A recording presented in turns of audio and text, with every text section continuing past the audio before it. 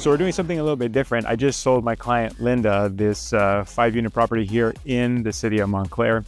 Was part of her 1031 exchange, and we're going to be assisting with just some thoughts, some feedback on a vacant unit. A unit became vacant during the escrow period. We asked that the seller deliver it to us vacant. We can do a better job renovating it and renting it for a higher rate than we trust the seller would have done. I only represented my client, the buyer, Linda, in this purchase. So we're gonna be assisting her along the way. We thought we'd catalog it for you so you can see how we determine what to do in a unit, what to do, what not to do, what makes sense to spend money on, what you wouldn't want to waste money on, all with what appeals to the right tenant base, the tenant base that's gonna behave themselves, it's gonna appreciate the unit once we're done with it, and is gonna pay us, or pay Linda, the highest rental rate possible. So let's take a look at the unit. So there's 5 units here in total. We only have the 1 vacancy. And this particular unit is a 2-bedroom, 1.5 bath, 2-story townhouse style unit.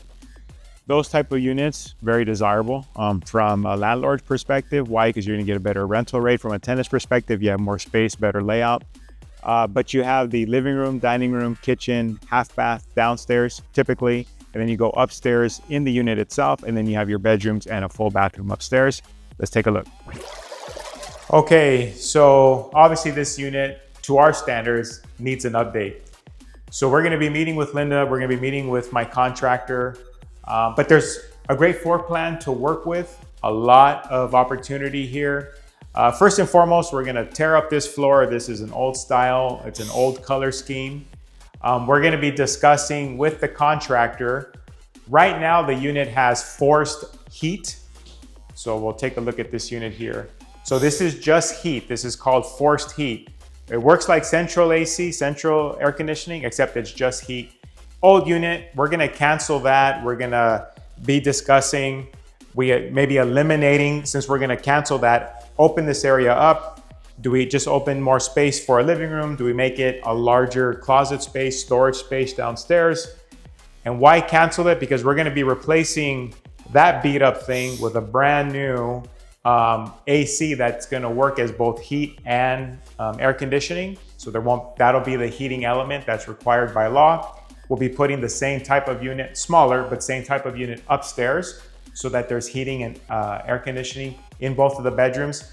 There's a new law in LA County unincorporated where you have to basically have air conditioners in every unit. If you own an LA County unincorporated and you're just hearing this for the first time, you wanna look into that. Here we're in the city of Montclair, it's not required, but what if one day it is? Might as well do the work now while you have a unit vacant. So that's gonna be my suggestion to Linda. So then we have here the dining room. We probably will demo this. There's no need for this. We have our half bath. We're gonna update and modernize that. Obviously keep our storage. And then with the kitchen, decent sized kitchen. We just need to change the layout a little bit. Of course, we're gonna gut the entire thing. New cabinets, new quartz, recessed lighting. My suggestion would probably be to move the stove over, center it. So we're gonna go fridge, cabinet, oven, cabinet. It'll make it look open, more storage. Again, storage is key for the tenants. Windows are shot. This slider is shot. There's a private patio off of the rear of the unit. Oftentimes, townhouse style units do have private patios. So we're gonna put in a new slider there, and that'll be nice to go outside. Then we go upstairs in the unit. Now I've seen landlords try to do all types of material for the stairs. Carpet, they beat up the carpet over time. If you put wood laminate, typically what happens there is the bull nose, the part that goes, the trim that goes on the edge from tenants stepping on it, that gets tore up over time. So right now, these are actually like, commercial grade, something you probably would find on the exterior. These are concrete steps, metal frame. I would keep that. It's not gonna be fun if somebody falls down, but in terms of durability, I think it's great, and it's black. It'll work with the color scheme we're gonna work with anyways. Then we'll go upstairs in the unit. Okay, so we have 2 bedrooms, bathroom, full bath. Floor is going to come up. We're upstairs, so of course we would do tile downstairs. We'll do wood laminate upstairs just because of the sound and the weight. It wouldn't make sense to do tile up. I guess you could. Most people don't. The one decent thing in this whole unit, this door. So this door, not bad. More of a modern feel. Probably keep. That's a newer door. Keep that. And here we're going to go recessed lighting. We'll go a fan in the center, no light kit, just the fan, because again, here, somewhere on this wall, and I'll leave it to the discretion of the contractor, we're gonna put in the AC. That's also gonna have heat. Brand new window here.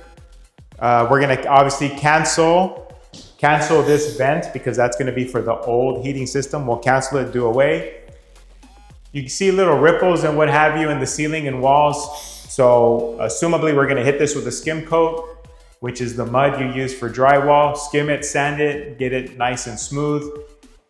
That's the most expensive route. Cheaper would be to have somebody put, your painter, contractor put some texture on the walls, get some texture on the walls there. Cheaper, and then it would cover up these little, you still have to sand it, but it make it look more, or make these imperfections less visible. That's another option as well. It's the more economical route. Other bedroom is about the same. Same idea, new floor. We're gonna get our AC and heater into the wall. For our wardrobe doors, my suggestion would be to go with mirrored wardrobe doors. So we'll go there. Cost is always a question there. Cancel the vent. Shelving, right now you have one shelf. Typically we add another shelf, 2 shelves to each closet. Give the tenants more storage, more space. It's again, think from a tenant's perspective. You don't think about it from a cutting corners perspective, being chintzy. That doesn't work, at least not in the apartment dealer approach. Not if you want the right tenant who behaves, better tenant base, that's gonna happily pay you a higher rental rate and be happy to do so because they're so appreciative of the unit that they live in. That's what we're going for. So anyways, these are those little improvements that we're going to make. One thing I will note is this building at the time of purchase, the seller had already updated the electrical panels. Not only did they upgrade the sub panels, they upgraded the main panels outside. That was already done for my client. And the building also has new plumbing. So those are things you're looking at as when we're talking from a purchase side now. Electrical, because why? Your insurance carriers are canceling your insurance if you don't have the right panels. Plumbing, because all these buildings that are built in the 40s, 50s, and 60s, plumbing is shot, it's done. So it's always time for an upgrade. This building does have copper. And the next one to that would be roof. What's the age of the roof? So in the coming weeks, we're gonna be walking alongside Linda. I was privileged enough to represent her when she sold the previous building. I represented her in her 1031 exchange. In purchasing this property, it was only a part of her exchange. We may be discussing the other parts of that exchange, but this is one piece of the puzzle. The least I can do is walk alongside her, share with her my experience in terms of what we do in my own rental units and picking materials and that sorts of thing. But again, the idea here is attracting the right tenant base that'll happily pay the rental amount that we're looking for, that this unit's gonna be worthy of once we're done with the project, all under the guise of what? Cash flow. So here, this is real world, this is real strategy, this is what's working in the Los Angeles, San Bernardino County apartment market today. As a recording of this, that's what we share here. It's all real.